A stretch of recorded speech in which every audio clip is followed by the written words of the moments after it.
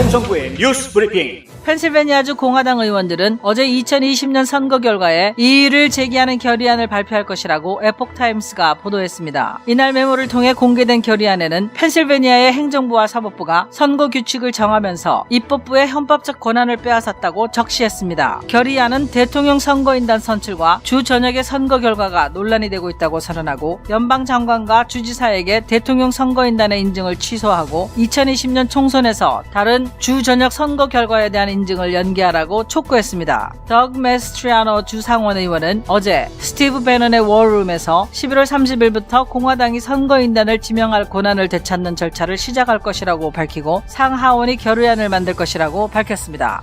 위스콘신주에서 재검표가 진행된 두 곳 중 한 곳인 밀워키 카운티가 어제 재검표를 마친 결과 조 바이든 후보가 첫 개표 때보다 132표 더 많이 받은 것으로 집계됐습니다. 총 45만 9,723표 중 바이든 후보는 31만 7,527표를 얻었고 트럼프 대통령은 13만 4,482표를 얻었습니다. 나머지 7,814표는 군소 후보들에게 돌아갔습니다. 밀워키 카운티 선관위의 유일한 공화당원인 릭 바스는 사람들이 정부가 어떻게 일하는지 이해하는 것이 중요하다면서 리카운트는 그저 리카운트일 뿐이라고 말했습니다. 토마스 모어 소사이어티의 아미스타드 프로젝트는 부정투표일 가능성이 있는 투표용지가 15만 개나 된다면서 위스콘신주 대법원에 지난 24일 긴급 청원을 제기한 상태입니다. 이 단체는 14만 4천여 명의 부정투표가 개수된 반면 12,000여 명이 넘는 합법적 투표는 개수되지 않았다고 주장했습니다. 스티븐 무누신 재무장관이 코로나 바이러스 구제 금융 자금에서 아직 미사용한 4,550억 달러를 의회 승인 없이는 바이든 행정부가 사용할 수 없는 기금으로 옮길 것이라고 블룸버그 통신이 보도했습니다. 블룸버그 통신은 재무부가 케어스 액트를 통해 마련된 기금이 일반 기금에 배정될 것이라고 발표했다고 지적했는데 이는 바이든이 집권할 경우 무누신 장관의 후임자가 이 자금을 사용하려면 의회의 허락을 받아야 한다는 뜻이라고 전했습니다. 지난주 무누신 장관은 연방준비제도와 함께 마련한 여러 긴급 대출 프로그램을 연장하지 않겠다고 밝힌 바 있습니다. 이번에 재무부가 걸어잠근 4,550억 달러는 케어스 액트가 지난 3월 말 조성한 5천억 달러의 기금 중 남아있는 것입니다. 지난 1999년부터 2003년까지 이란이 진행한 핵무기 개발 계획인 아마드 프로젝트를 주도한 핵과학자 모센 파크리자데가 27일 수도 테헤란 인근 소도시 아부사르드에서 테러 공격을 받고 암살됐습니다. 하산 로하니 이란 대통령은 28일 발표한 성명에서 이스라엘이 배후라고 지목하고 파크리자데의 순교가 우리의 성취를 늦추지 못할 것이라며 핵 개발을 계속하겠다는 뜻을 분명히 했습니다. 아미르 하타미 이란 국방부 장관은 파크리자데의 죽음은 솔레이마니 암살 사건과 분명한 연관이 있으며 미국도 책임이 있다면서 복수를 다짐했는데 미 국방부는 만일의 사태에 대비해 방어력을 증강하기 위해 니미츠 항공모함을 중동 지역에 재배치했다고 밝혔습니다. 델타 항공은 추수감사절이 있는 이번 주에 총 500편 이상이 결항했다고 밝혔습니다. 손님이 없어서가 아니라 수요는 급증했지만 인력이 부족했기 때문입니다. 코로나 바이러스 대유행과 여행 중단 등으로 어쩔 수 없이 인원을 감축했던 델타 항공은 이번 연휴 동안 여행객이 급격히 증가했지만 비행할 수 있는 자격을 갖춘 조종사들이 부족한 현실이라고 항공조종사협회가 밝혔습니다. 델타 항공은 코로나 사태 이후 1,800명의 조종사를 조기 퇴역시켰고 일부 조종사들은 항공기가 바뀌면서 새 항공기 조종을 훈련받는 중이라고 CNN이 보도했습니다. 펜실베니아 제3순회 항소법원은 어제 조 바이든 후보가 승자로 선언되는 것을 막아달라는 트럼프 캠프 측의 소송을 기각했습니다. 재판부는 자유롭고 공정한 선거가 민주주의의 생명선이라는 트럼프 측의 주장에 대해 심각한 문제라는 데 동의하면서도 그러나 구체적인 주장과 증거가 필요하다며 소송을 기각한다고 밝혔습니다. 트럼프 선거 캠프 법률 자문인 제나 앨리스 변호사는 연방 대법원으로 라는 트윗을 날리고 법원이 대규모 사기 혐의를 계속 은폐하고 있다고 주장했습니다. 루디 줄리아니 변호사 역시 법관들이 혐의가 상당히 구체적이라는 사실을 왜 외면하는지 모르겠다고 말했습니다. 한편 이와는 별개로 펜실베니아주의 패트리샤 맥컬로 판사는 펜실베니아주 공무원들이 헌법 개정 없이 우편투표로 확대함으로써 헌법을 위반한 것으로 보인다며 펜실베니아주 공화당 의원들이 낸 소송에서 의원들이 이길 것이라고 말했습니다. 트럼프 대통령은 어제 트위터를 통해 식당 업계가 큰 위기에 빠져 있다고 지적하고 연방의회가 코로나 바이러스 구제 패키지를 통과시켜야 한다고 강조했습니다. 트럼프 대통령뿐만 아니라 바이든 민주당 대선 후보 역시 자신의 행정부가 취임하기 이전에 의회가 경기부양법을 통과시켜야 한다고 촉구했습니다. 하지만 의회는 지난 몇 달 동안 2조 2천억 달러 규모를 요구하는 민주당과 5천억 달러 이상은 곤란하다는 공화당 간의 간극이 좁혀지지 않고 있는 상태입니다. 비록 트럼프 대통령과 바이든 후보가 반복적으로 구제 법안이 가능한 빠른 시일 내에 통과되어야 한다고 말하고 있지만 민주당이 요구한 패키지에 포함된 주 정부와 지방 정부 지원 예산이 끝까지 풀리지 않는 난제로 자리 잡고 있어서 올해 안에 협상이 이루어지기는 어려워 보입니다. 월스트리트저널은 어제 연방 하원이 별도의 토론 없이 제적 의원 3분의 2 이상 찬성으로 감리를 받지 않은 중국 기업을 증권시장에서 퇴출할 수 있게 하는 법안을 통과시켰다고 보도했습니다. 이 법안은 외국 정부의 통제를 받지 않는다는 사실을 증명하지 못하거나 미국 상장기업 회계감독위원회의 감리를 3년 연속 통과하지 못한 기업은 미국 증권거래소에 상장할 수 없다는 내용을 담고 있습니다. 앞서 연방 상원은 지난 5월에 이 법안을 만장일치로 가결했습니다. 현재 미국에서 주식시장에 공개된 중국 기업은 170개가 넘습니다. 월스트리트저널은 이번 법안이 중국 기업에 투자한 미국인들에게 피해를 줄 수 있다는 우려도 있다고 전했습니다. 크리스토퍼 밀러 국방장관 대행이 소말리아 수도 모가디슈에서 미군들을 만나 그들의 노고를 치하하고 극단주의 단체들과 싸우는 미국의 의지를 재강조했다고 국방부가 어제 발표했습니다. 하지만 AP통신은 트럼프 대통령이 현 임기가 끝나는 1월 20일까지 소말리아에 주둔하고 있는 미군 700명을 대부분 또는 전부 철수시키는 명령을 내릴 것으로 예상된다고 보도했습니다. 현대차와 기아차 미주 본사들은 엔진 문제를 해결하기 위해 160만 대 이상의 차량을 적시에 리콜하지 않은 것에 대해 총 2억 1천만 달러의 민사벌금을 지불하기로 어제 합의했습니다. 도로교통안전국은 2011년식 모델로 거슬러 올라가는 현대기아차 리콜에 대해 3년간 조사를 실시한 후 이 같은 처벌을 발표했습니다. 제임스 오웬스 부행정관은 보도자료에서 제조업체들이 안전 리콜 책임의 시급성을 적절히 인식하고 모든 안전 문제에 대한 시기적절하고 솔직한 정보를 기관에 제공하는 것이 중요하다고 밝혔습니다. 현대차는 당초 지급액 5,400만 달러, 안전성과금 4천만 달러 사용 약속, 일정 요건을 충족하지 못할 경우 4,600만 달러의 추가 이연 과징금 등 총 1억 4천만 달러의 민사과징금을 물게 됩니다. 기아자동차는 2,700만 달러의 선불금, 1,600만 달러의 안전조치 및 2,700만 달러의 잠재적 이연징수금 등 총 7천만 달러를 지급하기로 했습니다. 제임스 라이스 자동차 사고 변호사. 그의 실력은 이미 인정받았습니다. 미국 전체의 상위 1% 변호사 선정, 멀티밀리언 달러 승소 변호사, 14년 연속 AB 등급 유지, 6년 연속 슈퍼 변호사. 하지만 저희 최고의 자랑은 고객이 주시는 믿음입니다. If you've been injured in an auto accident, I want you to call me. I know who the enemy is, I know how they fight, and most of all, I know how to win. 제임스 라이스 법률 그룹. 안녕하십니까, 홍성구 기자입니다. 드디어 펜실베니아주의 주 의원들이 움직이기 시작했습니다. 상하원 모두가 다 양쪽에서 결의안을 내기로 어제 얘기가 다 됐다고 하는데요. 그 결의안 내용에 어떤 내용이 들어갈 것인지 메모된 이 메모가 공개가 돼서 지금 언론들이 기사를 쓰고 있습니다. 그런데 흔히 그 이야기하는 주류 언론이라고 이야기하는 곳들은 이런 기사 안 씁니다. 이 주류 언론사들이 내놓은 기사들은 정반대죠. 펜실베니아 주 법원에서 트럼프 선거 캠프 측이 낸 소송 기각했다. 이것만 기사를 내고 있죠. 하나만 쓰고 하나는 안 쓰고 이런 겁니다. 이게 지금 뭔가 잘못되어 있는데 어쨌든 지금 펜실베니아 주 의회에서 추진하고 있는 결의안, 이거 내용이 뭐냐면 핵심만 딱 정리하면 이겁니다. 입법부가 해야 될 일, 주의회가 해야 될 일을 행정부에서 해버렸다. 행정부하고 사법부하고 짜고치기 해가지고 자기네들이 입법부가 해야 될 일을 뺏어갔다는 겁니다. 이건 민주주의, 미국의 민주주의 근간을 이루는 삼권 분립, 이거 훼손했다라는 이야기입니다. 좀 더 한 단계 들어가면 원래 이 선거법은 법이죠, 법. 입법부에서 관할하는 거죠. 법을 만들고 없애고 하는 것들은. 변경하는 것도 입법부, 주의회가 해야 되는 역할인 겁니다.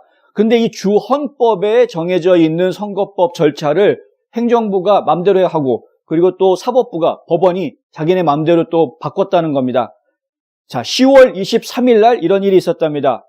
주 장관이 이제 다른 주에서는 보통 다 주 국무장관 혹은 주 내무장관 이렇게 이야기하는데 펜실베니아주 같은 경우에는 연방장관이라고 이야기를 하더라고요. 이 주 연방장관이 주 대법원에다가 탄원서를 냅니다. 그래서 우편으로 배달된 투표용지에 서명을 증명할 필요가 없다. 서명 증명 안 해도 받아줄 수 있도록 그렇게 했다는 겁니다.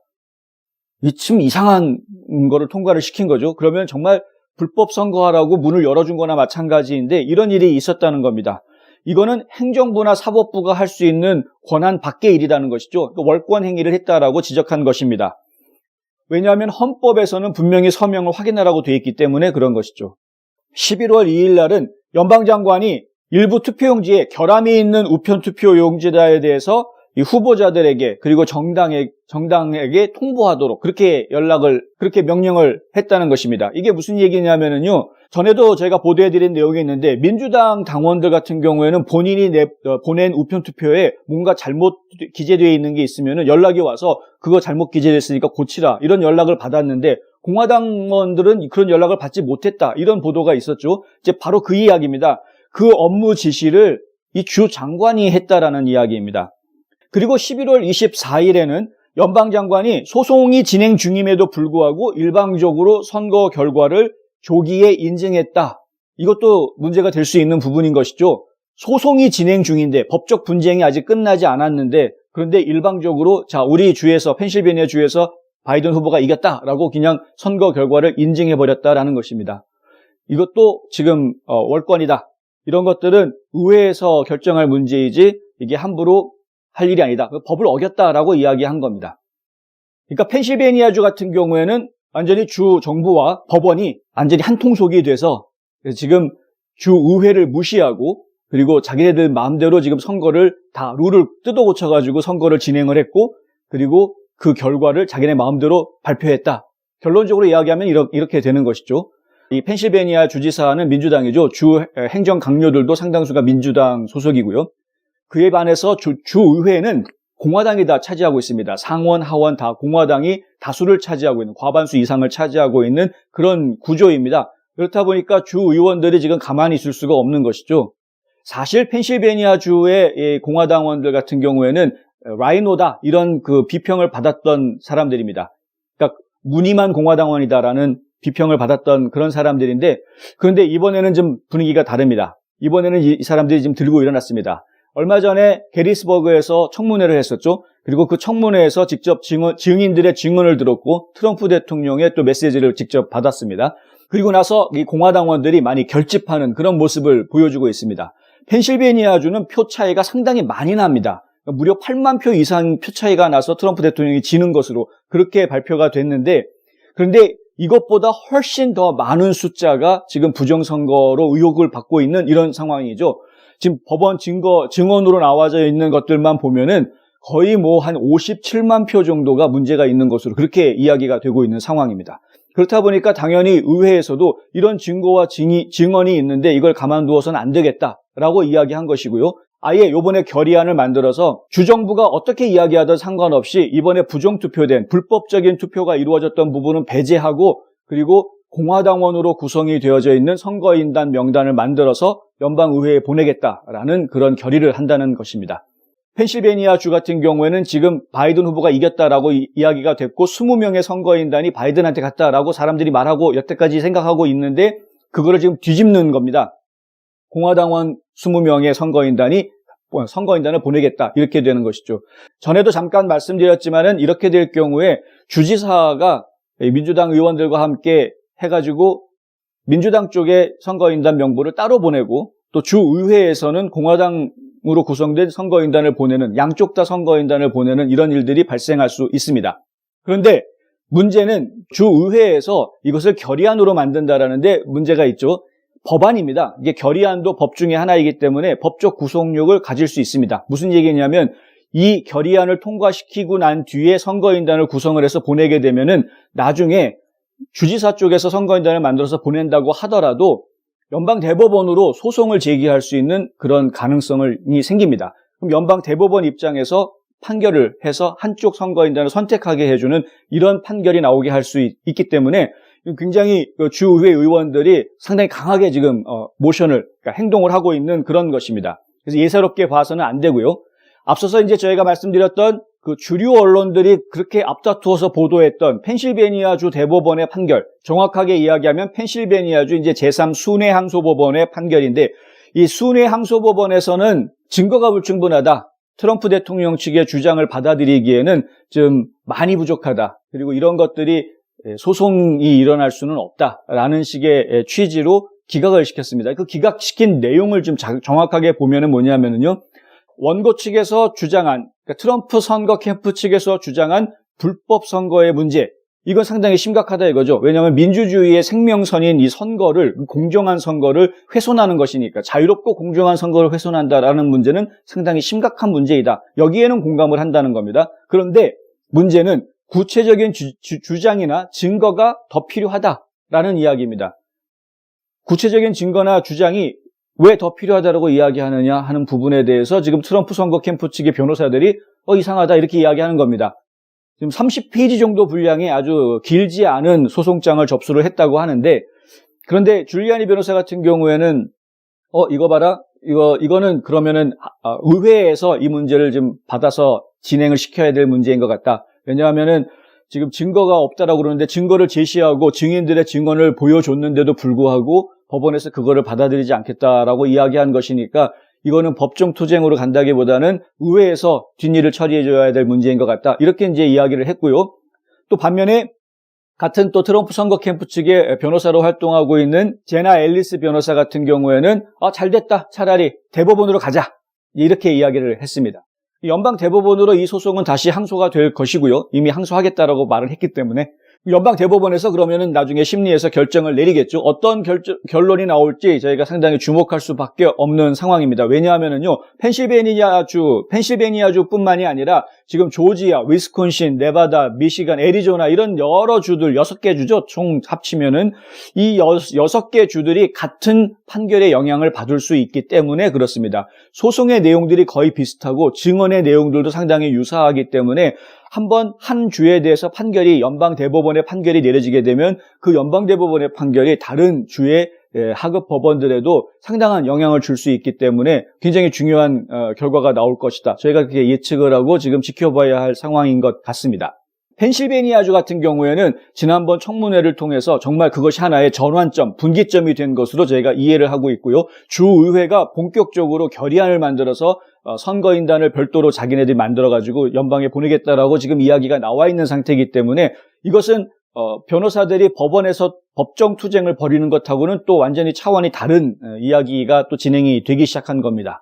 두 가지 트랙이 지금 진행이 되는 것이죠. 그래서 한쪽은 법원에서 싸우는 것이고 한쪽은 의회에서 싸움을 벌이는 것인데, 이렇게 양쪽, 그러니까 사법부와 입법부에서 동시다발적으로 싸움을 걸게 되면 행정부 입장에서는 그걸 방어하기가 쉽지 않은 상황이 되는 것입니다. 펜실베니아주는 이제 트럼프 선거 캠프 쪽이 좀 승기를 잡았다, 기선을 잡았다라고 이야기할 수 있는 상황으로 분위기가 역전됐다, 이렇게 이야기할 수 있고요.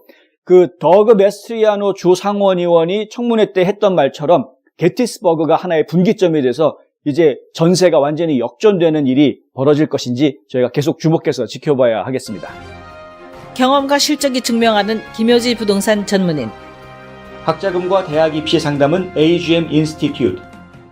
위스콘신주에서는 재검표 결과가 지금 어제 발표가 됐는데요. 밀워키 카운티, 이게 위스콘신주에서 가장 큰 카운티입니다. 위스콘신 주 전체의 거의 한 60-70%의 표가 이 밀워키 카운티 한 곳에 몰려있다라고 하는데요. 이 밀워키 카운티에서 나온 표, 무려 한 46만 표 가까이 됩니다. 45만 9,700표니까요. 근데 이 표를 다 집계를 어제 마무리를 했는데, 처음 집계했을 때보다 바이든 후보가 오히려 132표 더 받았다, 이제 이런 결과가 나왔습니다.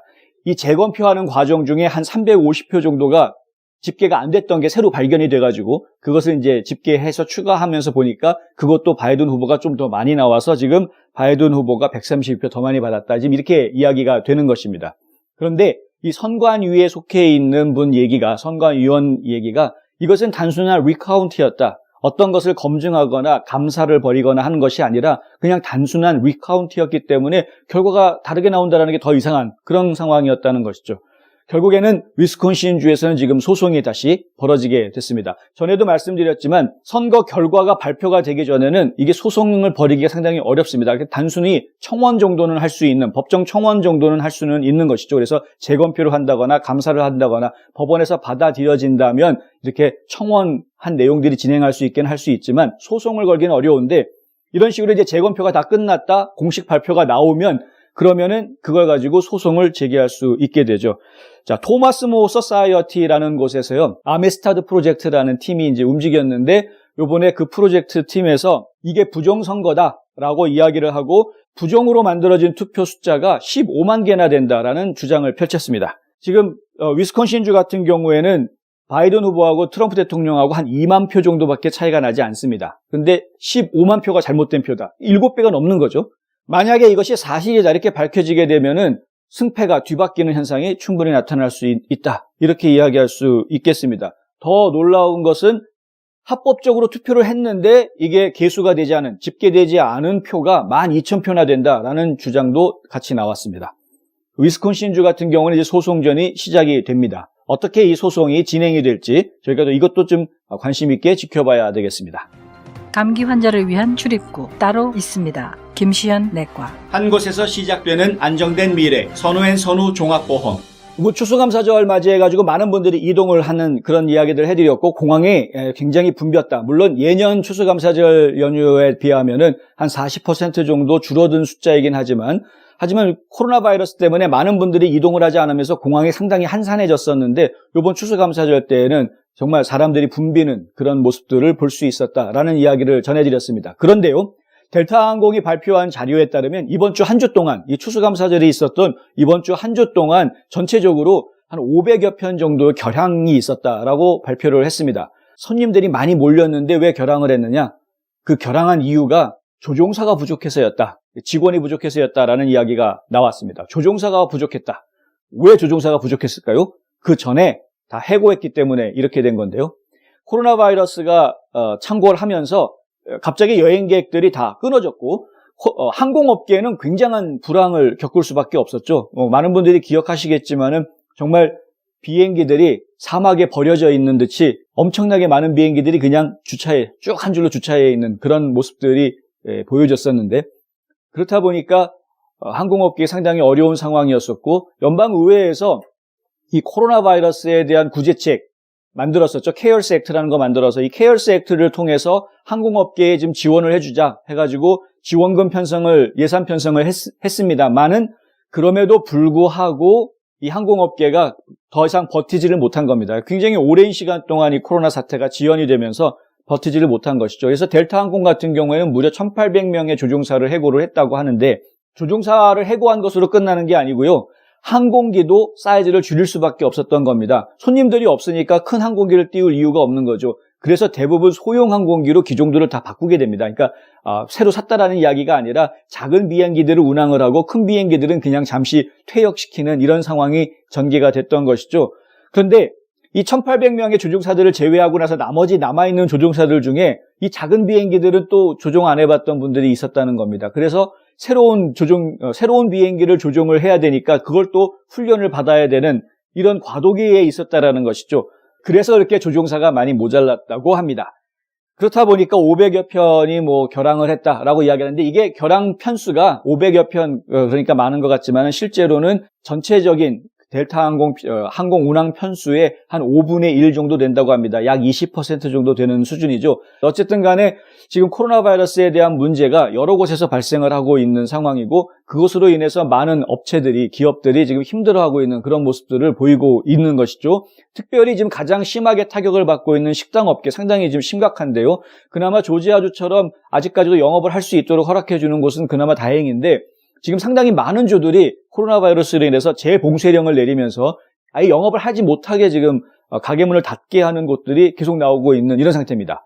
명색이 추수감사절 연휴인데 가족들이 다 같이 모여가지고 외식을 할 수 있는 장소가 없어져 버리는 이런 상황이 지금 연출이 되고 있는 것이죠. 외식을 못하는 게 지금 문제가 아니라 식당이 지금 당장 난리가 났습니다. 가뜩이나 지금 어렵게 적자 보지 않으면 다행이다 내지는 적자를 감수하고라도 일단은 계속 영업을 해서 우리가 계속 영업을 한다라는 거를 고객들에게 알려야 나중에 살아날 기회가 온다 이런 생각을 하고 문을 열어왔던 식당 주인들이 또 문을 닫으라고 하니까 이게 정말 난감해질 수밖에 없는 이런 상황이 된 것이죠. 트럼프 대통령이 어제 트윗을 날렸습니다. 뭐라고 했냐면요. 이 식당 주인들 지금 식당 업계가 너무 힘들어졌다. 이거 빨리 좀 도와줘야 되니까 코로나 바이러스 구제책 빨리 좀 의회에서 통과 좀 시켜라 라고 또 이야기를 했습니다. 이게 뭐 트럼프 대통령만 이 얘기를 하는 게 아닙니다. 조 바이든 민주당 대선 후보도 마찬가지 이야기를 이미 했습니다. 본인이 대통령에 당선이 돼서 취임을 하기 전에라도 그 전에라도 하라는 겁니다. 그러니까 연방의회에서 좀 협상 좀 해라. 대통령도 얘기하고 대통령 당선인이라고 언론들이 이렇게 딱지를 붙여준 이 조 바이든 후보도 본인이 취임하기 전에 의회가 먼저 이거부터 처리해라라고 말을 했습니다. 양쪽 다 그렇게 얘기를 하고 있는데 양쪽의 수장들이 다 그렇게 얘기를 하고 있는데 지금 정작 의회에서는 이 의견 차이가 좁혀지지를 않고 있는 것이죠. 민주당 쪽에서는 이미 2조 2천억 달러 규모의 구제책을 하원에서 통과를 시켜놨는데 그거 지금 계속 고집하고 있는 겁니다. 이대로 해라라고 고집하고 있는 것이고 지금 공화당 쪽에서는 상원에서 5천억 달러 규모 이상은 안 된다 해가지고 5천억 달러짜리 구제책을 만들어서 법안을 내놨다가 아예 부결됐죠. 통과를 안 시켰죠, 그냥. 그러니까 결론적으로는 지금 공화당과 민주당 간의 이 간극이 너무나 큰 겁니다. 2조 2천억과 5천억 사이의 이 간극이 너무나 큰 겁니다. 트럼프 행정부가 나서서 중간에 중재를 해준다고 나서서 1조 8천억까지 만들어냈습니다. 자, 백악관 안입니다 하면서 1조 8천억이라는 백악관 안을 만들어냈죠. 그리고 하원에서는 민주당 의원들과 공화당 의원들이 20여 명씩 모여가지고 이 초당적인 코커스를 하나 만들죠. 문제 해결사 코커스를 만들어가지고 여기에서도 한 2조 달러 정도에서 합시다라고 중재안을 또 내놨습니다. 근데 지금 중재안들이 나오고 협상들이 이루어지고 있는데 끝내 이 협상이 이루어지지 않았죠. 끝내 이 협상이 이루어지지 않은 이유가 바로 주정부와 지방정부에 주는 예산 때문에 협상이 이루어지지 않은 겁니다. 이 낸시 펠로시 하원 의장이 끝까지 고집하고 있는 부분이죠. 물론 많이 양보하긴 했습니다. 처음에 이야기할 때는 9천억 달러가 넘는 돈을 지방정부와 주정부에다 지원해주자라고 이야기했던 그 부분을 많이 양보를 해서 5천억 달러 규모로 낮춰놓기는 했습니다. 낮춰놓기는 했는데 트럼프 대통령과 공화당 쪽에서도 그렇고 트럼프 대통령 입장도 비슷한 부분이 그거 1푼도 줄 수 없다 했죠. 처음에는. 한 푼도 줄 수 없다. 특히 그 자금이 민주당원들이 주지사하고 있는 그 주로 가서 쓰인다라는 걸 용납할 수가 없다. 왜 이 이야기가 나오냐 하면은요, 그 자금들은 인구 구성에 따라서 배포가 되게 돼 있습니다. 그렇다 보니까 인구가 많은 캘리포니아라든가 뉴욕이라든가 이런 곳들에 그런 자금들이 전달이 더 많이 될 수 있는 거죠. 더 많은 돈들이 배정이 될 수 있는 것이죠. 그 돈이 만약에 국민들한테 직접적으로 쓰이는 돈이라고 그러면 모르겠는데 그게 아니라 정부를 움직이기 위한 운영자금으로 그것이 지원이 된다고 한다고 그러면 그건 아무 의미가 없는 지원금이다. 이렇게 얘기가 되는 겁니다. 실제로 많은 경제학자들이 그렇게 많은 돈이 필요하지 않다라고 이야기를 했었고요. 그러니까 결국에는 지금 트럼프 행정부 같은 경우에도 그걸 용납할 수 없다라는 입장이었었고 공화당에서는 아예 안 된다. 그거는 항목에서 아예 빼라 이렇게 얘기가 됐던 것이고요. 근데 트럼프 행정부에서도 트럼프도 지금 백악관에서 약간 양보한 부분이 뭐냐면 아예 안 된다고 얘기하던 것을 그나마 2,500억 정도 그러면은 인정해 줄게라고 한 발 또 양보를 했었습니다. 그러니까 백악관에서도 그 부분에 대해서 양보가 있었고 민주당 쪽에서도 양보가 있었지만 여전히 5천억과 2,500억 차이에 이 간극이 또 있는 것이죠. 근데 이거 좁혀지지 않는다고 결국에는 낸시 펠로시 하원 의장이 거절해버렸다 이겁니다. 그렇게 해서 지금 파탄이 난 그런 상황이죠. 지금 몇 달째 이렇게 지금 지지부진하고 있는데 지금 저희 입장에서는 이해가 안 되는 부분이 뭐냐면 그럼 그 부분에 대해서는 나중에 다시 논의하기로 약속을 하고 일단 급한 부분부터 먼저 처리할 수는 없겠느냐 하는 겁니다. 예를 들면은 1,200달러씩 납세자들한테 이렇게 현금 지원해주는 부분이라든가 그 다음에 제2차 PPP 해서 이 소규모 업자들한테 이제 운영자금 그리고 고용 창출을 위한 재고용할 수 있는 그런 비용들을 좀 푼다거나 그 다음에 주당 300불이 됐던 400불이 됐던 실업급여 연방지원금 같은 이런 부분들을 갖다 좀 살려낼 수 있는 그런 것부터 먼저 좀 해놓고 그 다음에 지금 이슈가 되고 있는 서로 의견이 맞지 않고 있는 부분들에 대해서는 나중에 지금 다시 얘기하면 되는 것 아니겠느냐. 나중에 그 부분을 다시 꼭 이야기하겠다라는 약속을 법안에다가 넣어놓고 그리고 가면 되는 거 아닙니까? 근데 왜 그걸 꼭 일괄 타결을 하려고 하느냐 이거죠. 먼저 필요한 것부터 부분적으로 처리해서 하면 되는 거 아닌가. 이런 좀 안타까운 마음이 드는 겁니다. 이 부분만큼은 낸시 펠로시 하원 의장이 좀 양보를 했으면 좋겠는데 참 갑갑합니다. 민주당 내에서도 이런 부분들 좀 탄력 있게 움직이자라고 이야기하는 의원들이 참 여럿 있었다는 것이 더 저를 안타깝게 만드는 이런 부분입니다. 하여튼 지금 경제는 굉장히 어려워져 가고 있고 코로나 바이러스는 창궐하고 있고 지금 조만간 백신이 나온다라는 것에 대한 기대를 가지고 있기는 하지만 백신이 나와도 당장 국민들한테 접종이 시작되는 것이 아니거든요. 일단 1차 접종 대상들이 단계별로 구분이 되어 있습니다. 더군다나 1차 접종 대상도요. 1A, 1B 해가지고 2단계로 구분이 되어 있고 그러니까 이것들이 시간이 단계적으로 가는데 시간이 걸리게 되는 것이죠. 먼저 의료계부터 먼저 하고 취약계층 그 다음에 뭐 학생들을 하고 이런 식으로 단계들을 거쳐서 하게 돼 있는데 이런 단계들을 거쳐서 전 국민이 접종을 받게 되는 시점까지 가려고 그러면 지금 트럼프 행정부에서 얘기하는 거는 4월 말, 민주당 쪽에서 지금 예상하고 있는 거는 7월에서 9월 정도 되는 타임 스케줄을 가지고 있습니다. 그러면 지금 더 오랜 시간을 지금 우리가 이 코로나 바이러스 때문에 문을 닫거나 경제적으로 타격을 받는 상황을 지금 감수해야 된다라는 이야기인데 그렇게 당연히 보이는 앞날이 있는 상황에서도 그 고통을 감수하고 있는 국민들이 그 고통을 이겨낼 수 있도록 지원해주는 일을 의회에서 지금 하지 않는다고 하면은 이거야말로 직무유기 아니겠습니까? 지금이라도 하루속히 정치인들 지금 정신 차리고요. 어차피 선거 다 끝나지 않았습니까? 예. 정치인들이 선거운동하느라고 지방으로 돌아갔던 일은 이제 다 끝난 거 아닙니까? 자, 조지아주의 연방상원 결선투표 남은 것 이외에 다른 선거 스케줄이 있습니까? 빨리 다시 의회로 돌아와서 이 금융구 제한 빨리 좀 협상 진행하고 타결 이룰 수 있도록 노력해 주길 바랍니다. 11월 말일까지 특별 할인해 드립니다. 미씨 화장품. 고객과 직원을 지켜주는 스니즈가 지금 주문하세요. 배너앤프린트. 현재 지금 벌어지고 있는 이 정치 현황은 극과 극, 양극 간의 대립을 좀 더 부추기는 이런 모습으로 비춰질 수 있습니다. 실제로 많은 분들이 나는 트럼프 싫어요라고 이야기하고 어떤 분들은 또 트럼프만한 대통령이 없었다라고 이야기합니다. 어떤 분들의 생각이 더 옳다라고 이야기하기가 어려운 겁니다. 사실 두 분의 생각 다 옳을 수 있습니다. 그리고 사실은 두 분의 생각이 다 틀릴 수도 있습니다. 우리가 정확하게 모든 것을 다 알고 이야기하는 것은 아닙니다. 언론사들 역시 마찬가지입니다. 모든 것을 다 알고 이야기하지 못합니다. 다만 저희가 알고 있는 것을 이야기하는 것이고요. 또 저희가 많은 분들에게 알아야 한다라고 생각하는 부분들을 알려드리려고 노력을 하고 있는 것입니다. 그런데 이런 일이 벌어지다 보니까 상대방을 악하다라고 이야기하는, 틀렸다 내지는 다르다라고 이야기하는 것이 아니라 아예 한 발 더 나아가서 악하다라고 이야기하는, 잘못하고 있다 이렇게 이야기하는 경우들을 자주 보게 됩니다. 어떤 분들은 악마시하는 것으로 성이 풀리지 않았는지 조롱하고 놀리는 일까지 서슴지 않는데요. 최근에 트럼프 대통령 같은 경우는 거의 아기 기저귀를 덧입혀가지고 다이아포 던이라고 해서 트위터에 5만 가지 것들이 올라오는 것을 제가 볼 수 있었습니다. 이 꼭 트럼프가 대통령이어서 드리는 말씀이 아니라 이 성숙한 성인으로서, 어른으로서 사람들이 이렇게까지 추잡한 공격을 하는 것이, 인신 공격을 하는 것이 과연 옳은 일인지 스스로 한번 자신의 행동을 거울로 보면서 생각해 봐야 할 일이 아닌가 생각해 봅니다. 홍성구의 뉴스 브리핑은 여기까지 하겠습니다. 저는 다음 주에 다시 찾아뵙겠습니다. 즐거운 주말 되십시오.